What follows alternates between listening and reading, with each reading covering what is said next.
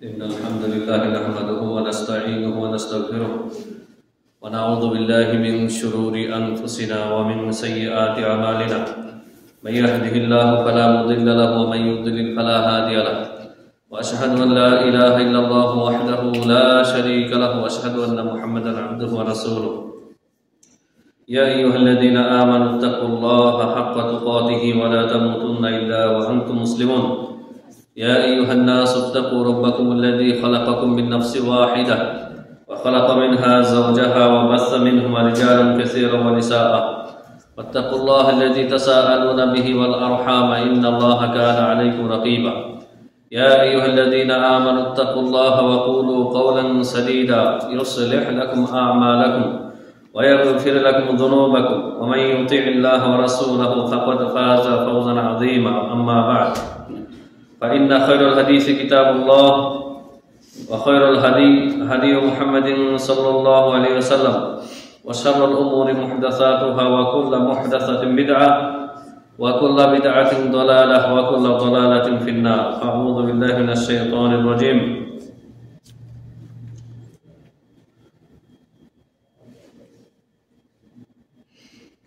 ومن أظلم ممن افترى على الله كذبا أو كذب بالحق لما جاءه أليس في جهنم مثوى للكافرين وقال تعالى بل الذين كفروا يكذبون الحمد لله যাবতীয় হামদ সানা আল্লাহ সুবহানাহু ওয়া তাআলার জন্য যে আল্লাহ সুবহানাহু ওয়া তাআলা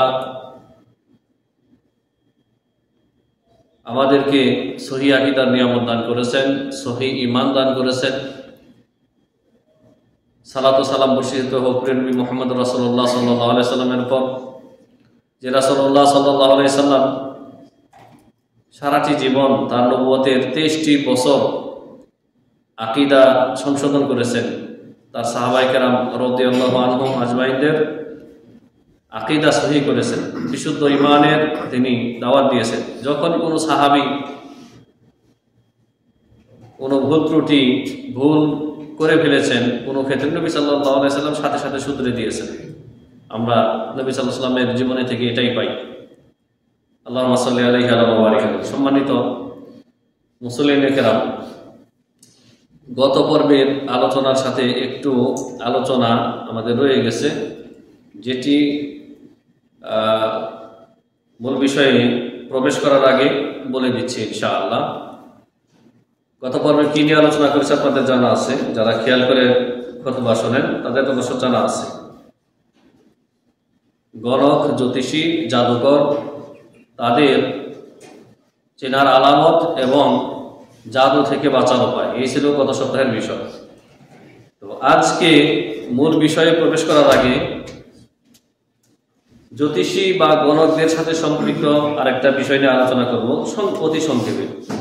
তা হচ্ছে যে 6 প্রকারের মানুষ, 5 আর একটা হচ্ছে 6, 5 আর 6, 6 প্রকারের মানুষ। মনে রাখবেন যে 6 প্রকারের মানুষ জ্যোতিষী বা গণকের অন্তর্ভুক্ত। মানে এই 6 প্রকারের মানুষ যদি আপনার চোখের সামনে পড়ে, আপনার বাড়িতে আসে, 6 প্রকারের যে কোনো এক প্রকার আপনার বাড়িতে আসে, আপনার গ্রামে আসে, আপনার হাটে বাজারে আসে, তাহলে ধরে নেবেন যে এরা কি জাদুকর, এরা জ্যোতিষী, এরা জ্যোতিষী। এই 6 প্রকারের যাদের কথা উল্লেখ করব, আরব দেশে এদেরকে 6টা নামে আরব উলামায়ে কেরাম উল্লেখ করেছেন। কিন্তু আমাদের দেশে একটু মানে নামটা একটু এদিক সেদিক হবে। তার মধ্যে 1 নম্বরে যাদেরকে উল্লেখ করব, যাদেরকে বলা হয় আরবিতে মুনাজ্জিম। নাজম থেকে মুনাজ্জিম। নাজম হচ্ছে তারকা, আকাশের তারকাকে কি বলা হয়? নাজম, স্টার। মুনাজ্জিম কেন বলা হয়? তাদেরকে যারা তারকারাজি দেখে ভবিষ্যৎবাণী করে, বাংলা কথায় তারকারাজি দেখে ওই প্রান্তে অমুক তারাটা উঠেছে, অমুক মাসে ওই প্রান্তে 3টা অমুক তারকা উঠেছে। এটা জাহিলি যুগে আরব মুশরিকদের নবী সাল্লাল্লাহু আলাইহি ওয়াসাল্লাম যেই জমানায় এসেছিলেন তখন থেকে নিয়ে আজ পর্যন্ত আছে, যে যারা যে সমস্ত মানে চিকিৎসক, কবিরাজ নিজেদেরকে কোনো পরিচয় দেয় না, জ্যোতিষী পরিচয় দেয় না, কিন্তু তারা বলে তারা তারকা রাজি, নক্ষত্র রাজি, এগুলির গতিবিধি দেখে গায়েবের খবর বলতে পারে। এরা হচ্ছে গণক। এরা হচ্ছে কি গণক? নইলে আপনার ইলমুল ফালাক, তারকা বিদ্যা, এটা একটি সাবজেক্ট আছে। এই দুইটা জিনিস আবার মানে গুলিয়ে ফেলবেন না, মিক্স করে ফেলবেন না, দুইটা দুই জিনিস। এটা ক্লিয়ার করতে হবে আমাদেরকে। মুনাজ্জিম হচ্ছে, এদেরকে অপর ভাষায় বলা হয় আল ইউসাম্মা বিল ফালাকি, জ্যোতির্বিদ্যা বা জ্যোতির্বিদ। তো জ্যোতির্বিদ একটা হচ্ছে যে আপনার আকাশের কক্ষপথ চেনা, আকাশের কক্ষপথের মাধ্যমে পথ নির্ণয় করা, যেটা করে থাকে জাহাজের নাবিকরা। জাহাজের যারা নাবিক, আগের যুগে যারা কাঠের বড় বড় জাহাজ চালাইতো, এখন তো শিপ, সব বড় বড় শিপ দেখতেছেন। আর এদের কাছে উন্নত মানের রেডিও বা বিভিন্ন প্রকারের আছে পথ নির্ণয়ের জন্য। কিন্তু আগের দিনের যারা নাবিক থাকতো, তাদের কাছে তো এই সমস্ত যন্ত্রপাতি ছিল না। তারা এই তারকারাজ্যের গতিবিধি লক্ষ্য করে পথ নির্ণয় করত। এইটা কোনো শিরিক, কুফর বা ঈমান বিধ্বংসী বিষয় না। পথিকেরাও আগের দিনে মরুভূমির মাঝখানে যখন যাইতো, তখন এই তারকারাজির গতিবিধি লক্ষ্য করে পথ নির্ণয় করত।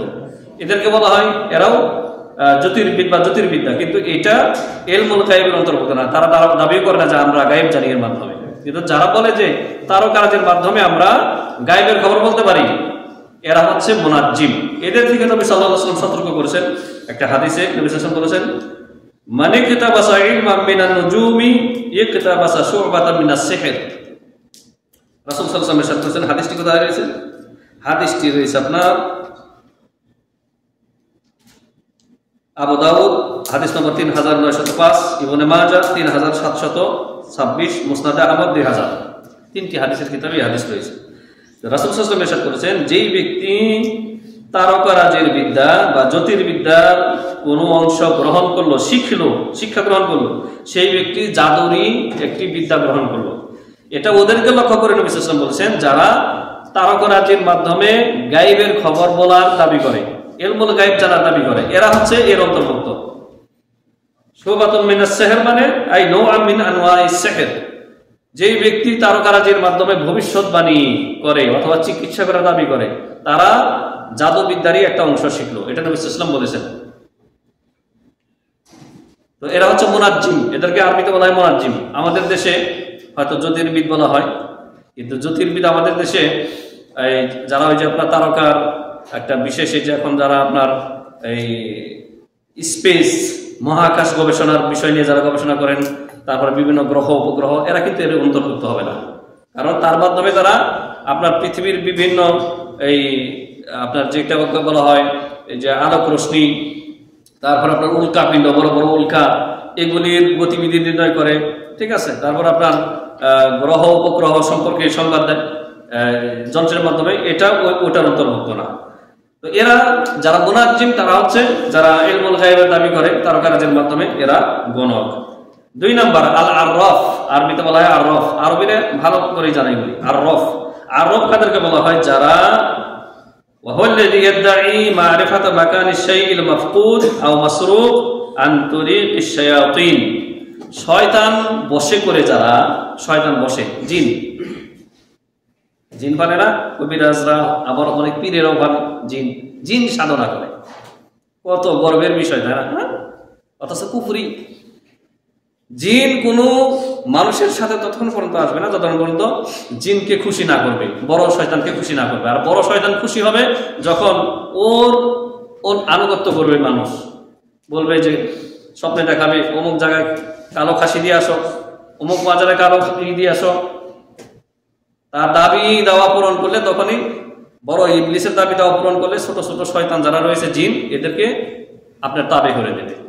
তাহলে আপনার ইমান হারা হয়ে যাবেন আপনি। তো যারা জিনের মাধ্যমে হারিয়ে যাওয়া বস্তু, সেই মাফকুদ, হারিয়ে গেছে অথবা চুরি হয়ে গেছে, হারিয়ে যাওয়া জিনিস অথবা চুরিকৃত জিনিসের সন্ধান দেয় যারা জিনের মাধ্যমে, জিন চালান দেয়। এক এক এলাকায় এক এক ভাষা। জিন চালান দেওয়ার মাধ্যমে আপনার হারিয়ে যাওয়া জিনিস অথবা চুরি হয়ে গেছে ওই জিনিসের সংবাদ দেওয়ার যারা চেষ্টা করে, এদেরকে বলা হয় আররাফ। আরফ। এরাও কি গণকের অন্তর্ভুক্ত, এরাও গণক। আর গণক মানে কি ইসলামের কোন অংশ নাই, ইসলাম থেকে বহিষ্কৃত।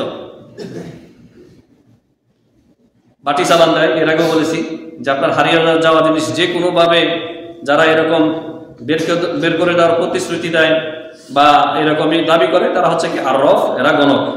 3 নম্বর যাদের নাম হচ্ছে আর রম্মাল। রম্মাল মানে কি রামাল থেকে রম্মাল, রামাল মানে বালু, বালুকে বলা হয় রামাল।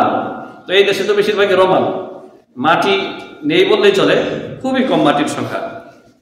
আর আমাদের দেশে এই যাই হোক রম্মাল কারা, রম্মাল হচ্ছে তারা যারা শয়তানের মাধ্যমে আর মাটিতে বাড়ির মধ্যে বিভিন্ন দাগ অঙ্কন করার মাধ্যমে ইলমুল গায়বের দাবি করে, ভবিষ্যৎ জানার দাবি করে। তো আমাদের দেশে এগুলি মাটির মধ্যে দাগ কাটে না, বিভিন্ন কবিরাজরা এসে মাটির মধ্যে বিভিন্ন দাগ কাটবে, বিভিন্ন ছক আঁকাবে।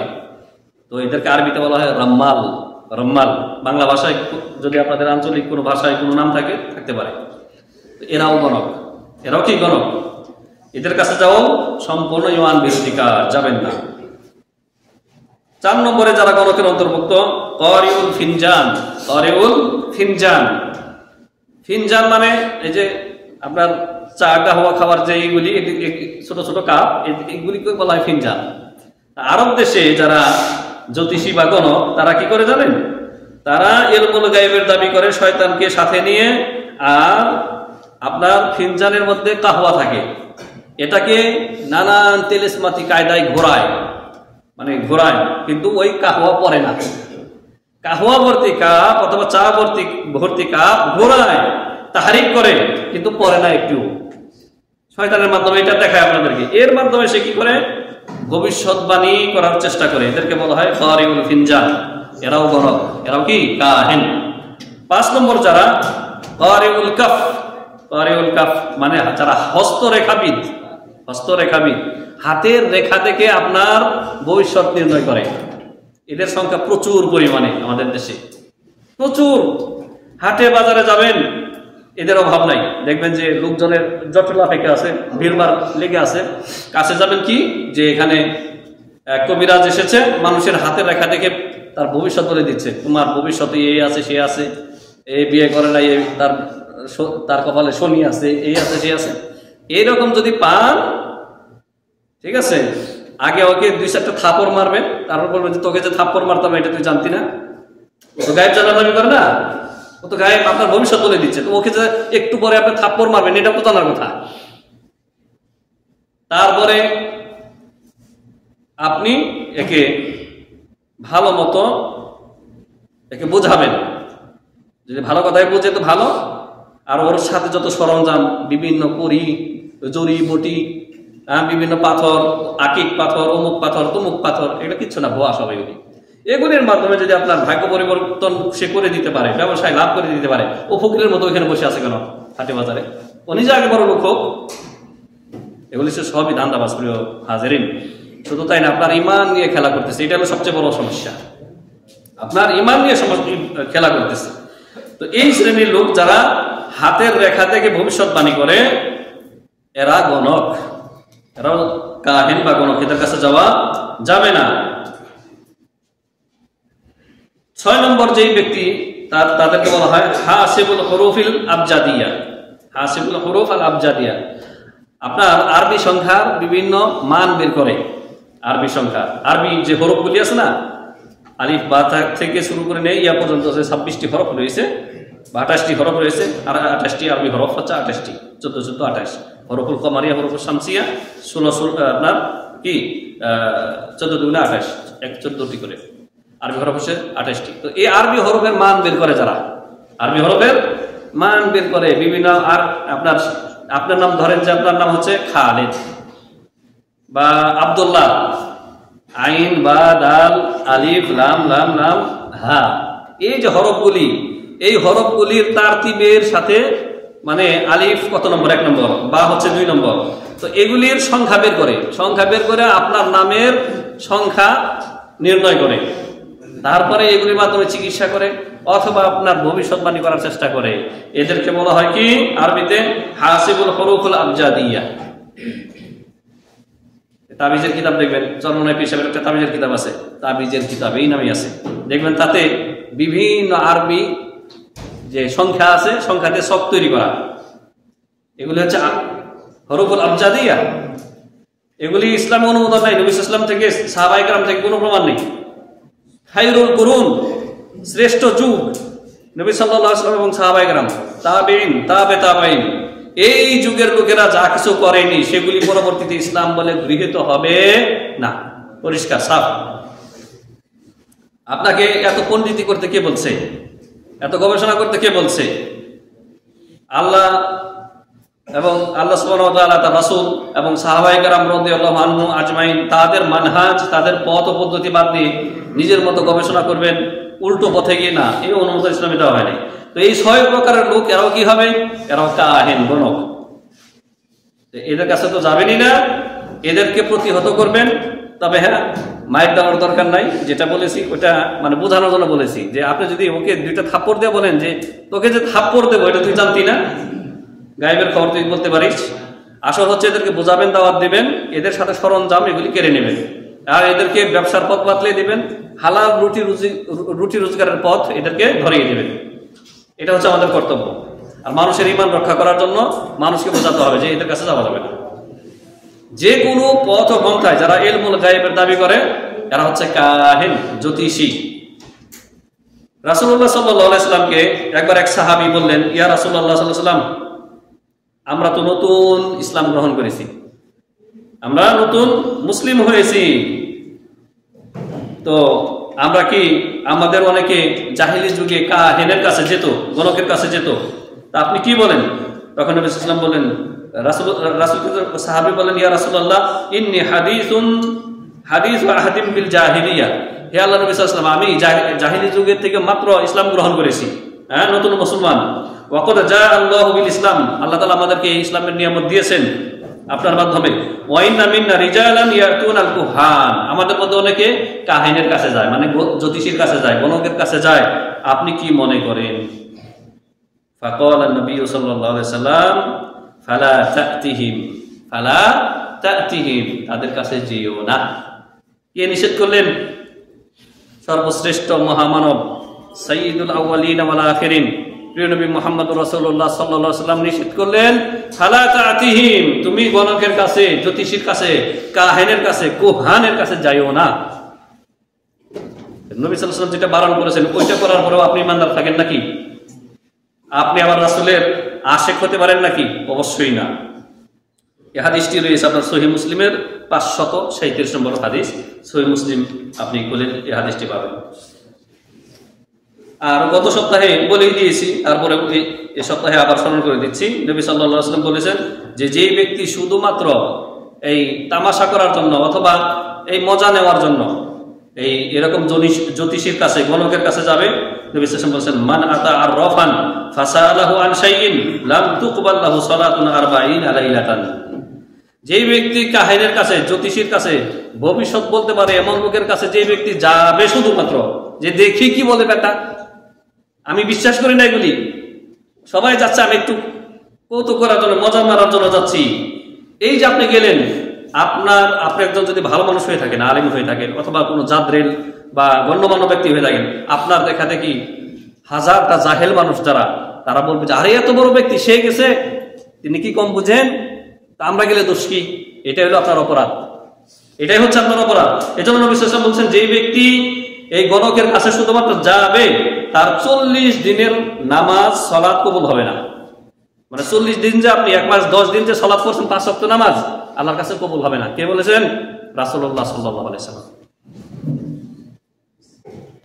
এই হাদিস রয়েছে কোথায়? সহিহ মুসলিম শরীফে 2230 নম্বর হাদিস। তো রাসূলুল্লাহ সাল্লাল্লাহু আলাইহি ওয়াসাল্লাম বলেছেন, এদের কাছে গেলে আপনার বিশ্বাস করেন না করেন ওটা তো পরের কথা, শুধু গেলেই আপনার 40 দিনের সালাত কবুল হবে না। আর কেউ যদি এদের কাছে যায় ভক্তি নিয়ে, বিশ্বাস নিয়ে, হ্যাঁ, তার শাস্তি শুনেন। নবী সাল্লাল্লাহু আলাইহি ওয়াসাল্লাম করেছেন, মান আতা কাহিনান আও আররাফান ফাসাদ্দাকাহু বিমা ইয়াকুল ফাকাদ কাফারা বিমা উনজিলা আলা মুহাম্মাদিন সাল্লাল্লাহু আলাইহি ওয়াসাল্লাম। যে ব্যক্তি গণকের কাছে, আররাফের কাছে যাবে এবং সে যা বলবে সে তা বিশ্বাস করে নেবে, সেই ব্যক্তি মুহাম্মদ সাল্লাল্লাহু আলাইহি ওয়াসাল্লামের উপর নাজিলকৃত ওহীকে সে কুফরি করলো, অস্বীকার করলো। মানে আপনি দ্বীন ইসলামকে কুফরি করলেন, অস্বীকার করে দিলেন। দ্বীন ইসলামের সাথে আপনি কুফরি করে কাফের হয়ে যাবেন যদি তার কথা বিশ্বাস করেন। দেখছেন, তাহলে বিষয়টি কি মামুলি বিষয়? বিষয়টি কি ছোটখাটো বিষয়? আপনার ঈমান ইসলাম থাকা না থাকার বিষয়। এইগুলি আমাদের সমাজে ছড়িয়ে ছিটিয়ে আছে, অভাব নাই, অভাব নাই, বিভিন্ন বেশি আসতেছে। তো আপনার যদি কোরআন হাদিসের আলোকে মৌলিক জ্ঞানটা থাকে, এদেরকে আপনি চিহ্নিত করতে পারবেন, ধরতে পারবেন। এই যে বানবন্যা গেল না, বানবন্যা একটা তো হচ্ছে যে শয়তানেরা বাঁধ খুলে দিয়েছে, হঠাৎ করে এসেছে, এটা না। ওই যেটা নর্মালি যে বর্ষা মৌসুমে আসে পানি, এক এক এলাকায় এক এক রকমের শিরকি কুফরি আকীদা আছে। কেউ বলে যে নতুন পানি এসেছে, পানির একজন বাদশা আছে, তার নাম কি খেজের, খোয়াজ খেজের, এক এক এলাকায় এক এক রকম। তো আপনার ছোট ছোট বাচ্চারা যাতে পানিতে পড়ে না মরে, ক্ষতিগ্রস্ত না হয়, এই জন্য পানিতে মানে এক একজন এক এক মান্যত করে। আমাদের এলাকায় আমরা দেখেছি লোকজনে লবণ দেয়, নুন, খাবার লবণ, যে যার যার সামর্থ্য অনুযায়ী ওই বানবন্যার যে নতুন পানি আসে ওতে নিক্ষেপ করে। কি জন্য? এই বাচ্চাদের হেফাজতের জন্য। ওই যে তাদের তথাকথিত খোয়াজ খিজির, তাকে খুশি করার জন্য, সে যাতে আপনার বাচ্চার ক্ষতি না করে, পানিতে ফেলে না মারে, এই জন্য এই যে এটাও এক প্রকারের নজর মান্যত। আবার আমি এই বেশ কয়েক বছর আগে এক মহিলাকে পেলাম, জটাধারী মহিলা, মাথায় বিশাল জট। মনে রাখবেন, এই জট কিন্তু শয়তানে বানায়নি, শয়তানে পাকে। এই মহিলা আমাদের বাড়িতে এসেছে, এসে বলতেছে, ওই অনেকগুলি বাড়িতেই গিয়েছে, তার মধ্যে আমার বাড়িতে এসেছে, বলতেছে যে মা গঙ্গার সাথে আমার কথা হয়েছে, মা গঙ্গার সাথে আমার কথা হয়েছে, এবার যাতে সে বন্যা না দেয় এই জন্য তাকে খুশি করতে হবে, ভোগ দিতে হবে। এই জন্য বাড়ি বাড়ি চাউল তুলতেছে, চাউল ডাউল টাকা পয়সা যে যা পারছে দিচ্ছে। আর আমি মাত্র মসজিদ থেকে এসেছি, দেখে মহিলাকে দেখে তো আমার সারা শরীরের পশম রাগে গুসায় দাঁড়িয়ে গেছে। সারা জীবন সবসময় শিরকের বিরুদ্ধে, এই সমস্ত ভণ্ডদের বিরুদ্ধে বলি, সেই মহিলা আজকে আমার বাড়িতে। তা আমার মা দেখে ওনাকে বলতেছে, তার তো একটা ভাগো, আমার ছেলে আসছে, যা ভাগো এখান থেকে। কিন্তু মহিলা বুঝতে পারেনি। আমি বললাম যে কি বলতেছে মা, উনি কি বলতেছেন, আপনি কি বলতেছেন চাচি? বলতেছেন যে এই বললাম যে আপনি, প্রথম কথা আপনাকে আমি দাওয়াত দিচ্ছি, এগুলি সম্পূর্ণ শিরক, কুফরি, বন্যা কোনো মাখলুক ফিরাতে পারে না। কোনো মাখলুক, গঙ্গা মা, অমুক মা, তমুক মা, হিন্দুদের যে মাগুলি রয়েছে, দেবদেবী, এগুলির কোনো পীর বাবা কারো ক্ষমতা নেই। আর তাদের উদ্দেশ্যে এগুলি দেওয়া সম্পূর্ণ শিরক এবং সে মুশরিক হয়ে যাবে। আপনি এখান থেকে চলে যান, আর দ্বিতীয়বার আসবেন না। এই লোক গিয়ে, এই মহিলা গিয়ে দেওয়ানবাগির এক প্রভাবশালী মুরিদ, তার কাছে বিচার দিয়েছে। কিন্তু যাকে আমি গুনি না, গুনে মানে তাকে আমি হিসাবের বাইরে রাখি, ঠিক আছে? যা হোক, এই হলো সংক্ষিপ্ত কথা। এইরকম দেখবেন যে আপনাদের প্রায় লোকদের গ্রামে গঞ্জে এই ধরনের শিরিকি লোক, মানে শিরিকের এরা প্রচার প্রসারকারী, বিভিন্ন বেশে আসতেছে, সাধুর বেশে, সন্ন্যাসীর বেশে, ফকিরের বেশে, জটাধারীর বেশে। হ্যাঁ, জট দেখে ধোকা খাবেন না, এটা শয়তানের কারসাজি। আল্লাহ সুবহানাহু ওয়া তাআলা আমাদেরকে এই যাবতীয় যত প্রকারের টোটকা ফটকা, শিরিক, কুফরি, রসম রেওয়াজ আমাদের সমাজে ছড়িয়ে ছিটিয়ে আছে, এগুলো থেকে আমাদের বিশেষ করে মা বোনদেরকে, তারপর আমাদের সমস্ত মুসলিম ভাই বোনদেরকে হেফাজত করেন, আল্লাহুম্মা আমিন। প্রিয় হাজিরিন, আমরা ধারাবাহিকভাবে ঈমান ভঙ্গকারী বিষয় নিয়ে আলোচনা করেছি, তা হচ্ছে শিরকুল আকবার। বিগত পর্বগুলিতে শিরকে আকবার। আজকে থেকে আবার ইনশাআল্লাহ চালু করব যে ঈমান ভঙ্গকারী দ্বিতীয় বিষয় হচ্ছে আল কুফরুল আকবার। আল কুফরুল আকবার, বড় কুফরি, যেই কুফরির মাধ্যমে ঈমান ইসলাম টুটে যায়, ভেঙে যায়, মানে আপনার সারা জীবনের আমল বরবাদ হয়ে যায়। কিন্তু এই বিষয়ে আলোচনা অত্যন্ত জরুরি, কিন্তু আমরা এই বিষয়ে আলোচনা খুব কমই শুনে থাকি।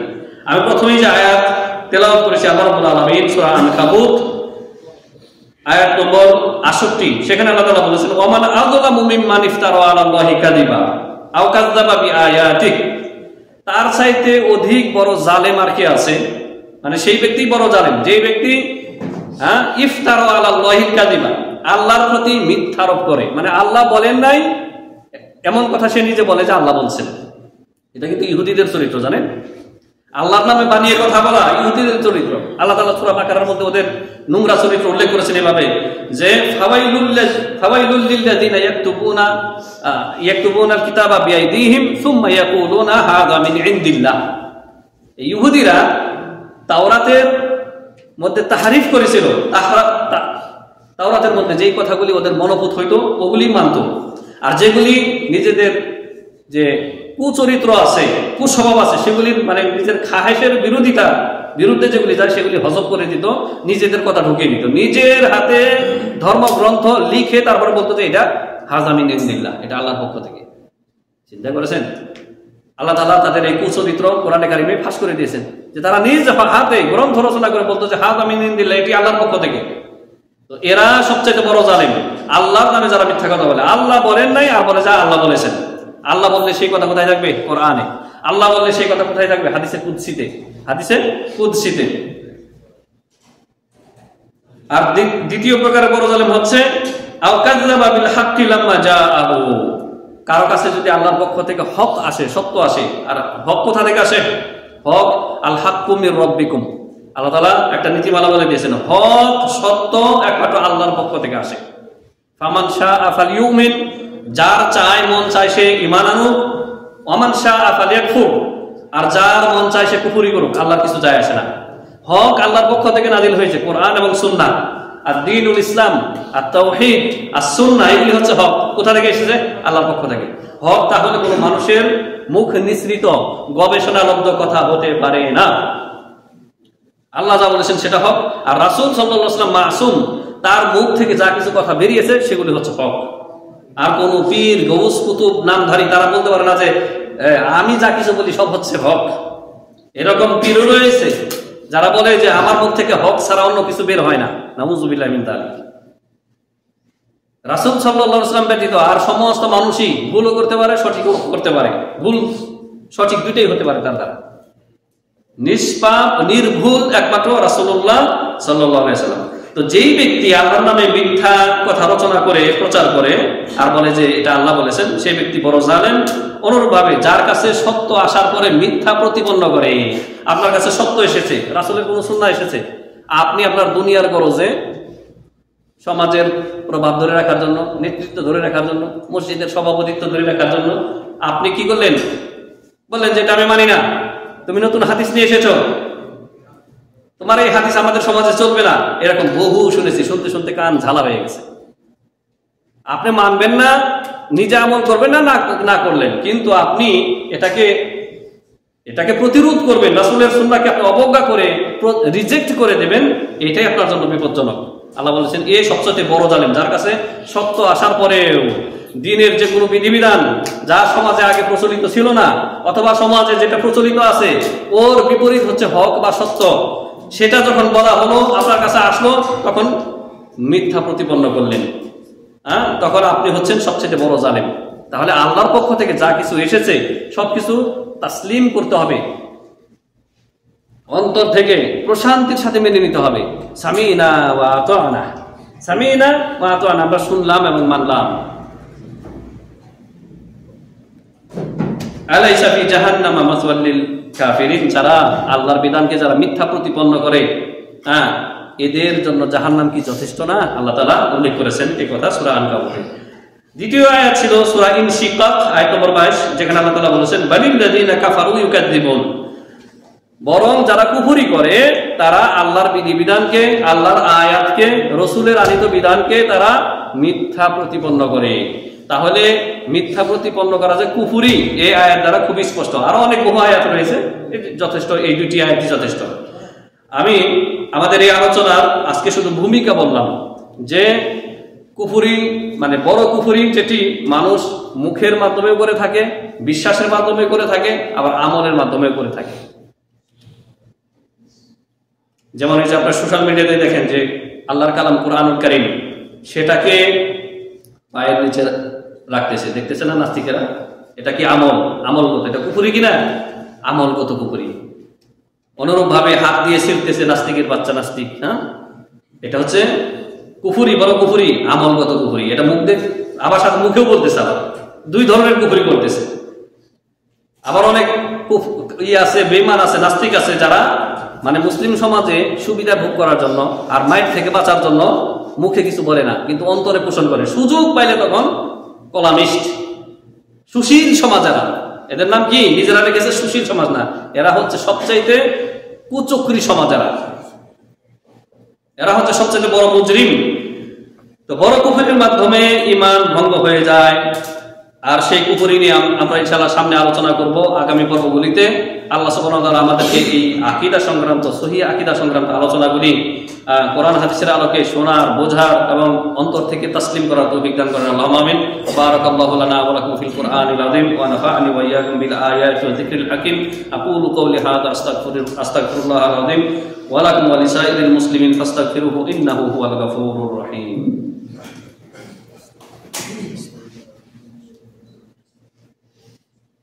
আলহামদুলিল্লাহি ওয়াহদাহু ওয়াসসালাতু ওয়াসসালামু আলা মান লা নাবিয়্যা বা'দা ওয়া আলা আলিহি ওয়া সাহবিহি আজমাইন। সম্মানিত মুসলিম কিরাম, আমাদের ব্যক্তি, পরিবার, সমাজ এগুলি থেকে এই সমস্ত আবর্জনা দূর করতে হবে। শিরকি, কুফরি, ইতিকাদ, আমল, রসম রেওয়াজ এগুলি দূর করতে হবে। এগুলি হচ্ছে ভাইরাস। এগুলি কি? ঈমানের জন্য ভাইরাস, ঈমানকে বরবাদ করে দেয়। আর এগুলির স্থানে তৌহিদকে বসাতে হবে। তৌহিদ হচ্ছে আল্লাহর একত্ব। আল্লাহ সুবহানাহু ওয়া তাআলা মুতাফাররিদুন বির রুবুবিয়্যাহ, আল্লাহ তার কাজে কর্মে এক ও একক। মহাবিশ্বের যে সমস্ত অসাধারণ কাজ যা মানুষ করতে পারে না, যেমন সৃষ্টি করা, মৃত্যু দেওয়া, রোগ দেওয়া, রোগ থেকে ভালো করা, গায়েবীভাবে কাউকে কল্যাণ দেওয়া, গায়েবীভাবে কাউকে ক্ষতি করে দেওয়া, এই সবগুলো হচ্ছে রবের কাজ। রবের কাজ। কোনো পৃথিবীর কোনো স্থানে আযাব দিয়ে ধ্বংস করা অথবা কোনো স্থানকে রক্ষা করা, এগুলো সব হচ্ছে আল্লাহর কাজ। অনুরূপভাবে আল্লাহ সুবহানাহু ওয়া তাআলা মুতাফাররিদুন বিল উলুহিয়্যাহ, ইবাদতের ক্ষেত্রে আল্লাহ এক ও একক।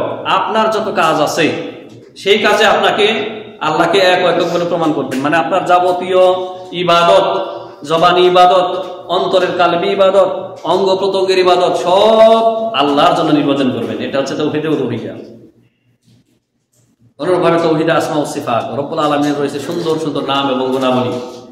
সেই নামের মধ্য থেকে কিছু নাম রয়েছে মুশতারাকা, মানে যেগুলি বান্দার জন্য প্রযোজ্য, বান্দারও আছে, আল্লাহরও আছে। তবে আল্লাহরটা হচ্ছে কামেল। যেমন আল্লাহ রাব্বুল আলামিন আর রহিম, আল্লাহর রহমত হচ্ছে ওয়াসি। আল্লাহর রহমান কিন্তু আলাদা। রহমান হচ্ছে মুতাখাসসিস লিল্লাহি সুবহানাহু ওয়া তাআলা, কিন্তু রহিম মুশতারাকা। মানুষও রহিম হতে পারে, দয়ালু হতে পারে, কিন্তু মানুষ হচ্ছে তার রহমত হচ্ছে নাকিস, কিন্তু আল্লাহর রহমত হচ্ছে কামেল।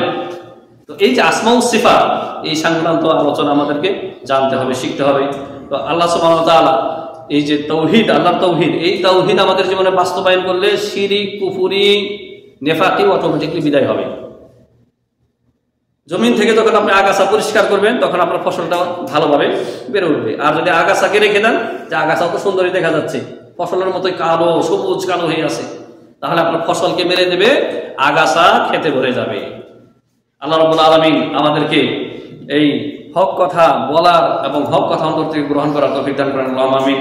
আল্লাহ সুবহানাহু ওয়া তাআলা আমরা মুসলিম বিশ্বের মানুষেরা আজকে বিভিন্ন সমস্যায় জর্জরিত।